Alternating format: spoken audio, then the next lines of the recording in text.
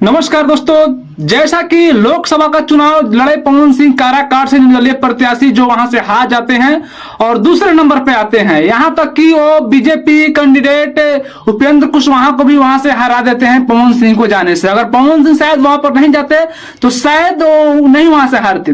अब जानते हैं इस बात को आज बयां करने का क्या मतलब है, क्योंकि पवन सिंह अब खुद का पार्टी लेकर बिहार में आ रहे हैं। जबकि लोकसभा का चुनाव तो हो गया, लेकिन 2025 में विधानसभा का चुनाव होने वाला है। 40 सीटों पर, उस सीटों पर अब पवन सिंह चुनाव लड़ेंगे और खुद की पार्टी से, यानी कि अपना पार्टी बनाएंगे और ना कि बीजेपी पार्टी से, ना कि किसी अदर पार्टी से।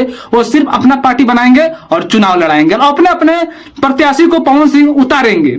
अब बताइए कि जहां तक पवन सिंह अगर आते हैं और अपने अपने पार्टी को उतारते हैं तो क्या पवन सिंह को आने से किनके पर, पास पर कितने असर पड़ने वाला है, शायद ये आप लोग बयान नहीं कर सकते हैं या कोई बयान नहीं कर सकता है। क्योंकि जब पवन सिंह आएंगे तो कहीं नहीं तो कहीं बीजेपी का नुकसान इसमें होगा। ये 100% है, क्योंकि इसमें अदर जातिवाद बहुत जगह किया जाता है, बहुत जगह से होता है। जैसे कि अगर मानिए तो कोई कोई ऐसा पार्टियां है जिनका एकदम वोट रहता है, उतना ही वोट आता है, उतना वोट से कम होता है नहीं। जबकि अगर पवन सिंह आएंगे निर्दलीय प्रत्याशी थे तो कहीं नहीं तो कहीं बीजेपी का नुकसान होने वाला है इसमें, और बीजेपी पार्टी को जो वोट मिलने वाला होगा वही पवन सिंह को मिलेगा। 100% बात है।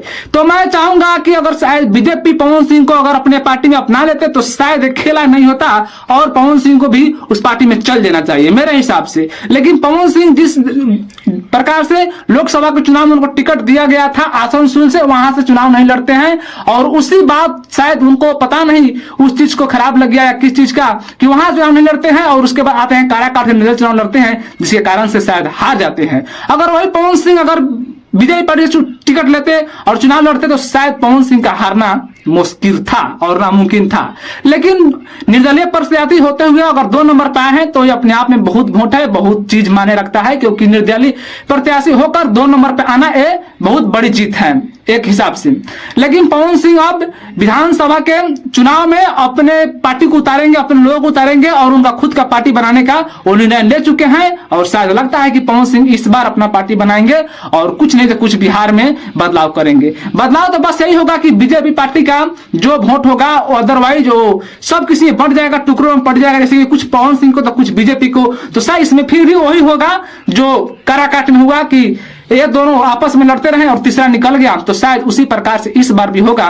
तो शायद आपस में दोनों लड़ेंगे और जो तीसरा पार्टी होगा वो शायद निकल सकता है मेरे हिसाब से। लेकिन पवन सिंह को कहीं नहीं तो कहीं जाकर बीजेपी पार्टी मिल जाना चाहिए और बीजेपी पार्टी को पवन सिंह को ऑफर देना चाहिए कि आइए मेरे पार्टी में मिलिए और हम जो चुनाव लड़िए और अपना पार्टी खुद का बनाना छोड़ दीजिए। लेकिन इस पे जो आप लोग क्या चाहते हैं कि पवन सिंह क्या निर्दलीय लड़ना चाहिए या पवन सिंह बीजेपी पार्टी मिलना चाहिए या बीजेपी पार्टी को पवन सिंह को टिकट देना चाहिए वो बुलाकर। लेकिन इस बारे में आप लोग बताइए कमेंट बॉक्स में कि हाँ पवन सिंह जो है वो उनको निर्दलीय लड़ना चाहिए या बीजेपी पार्टी से लड़ना चाहिए या उन पार्टी में मिल जाना चाहिए। लेकिन इसमें बात हो सकता है कि शायद बीजेपी पार्टी पवन सिंह को टिकट नहीं देता होगा, इसके वजह से शायद पवन सिंह निर्दलीय हमेशा लड़ रहे हैं और हार रहे हैं।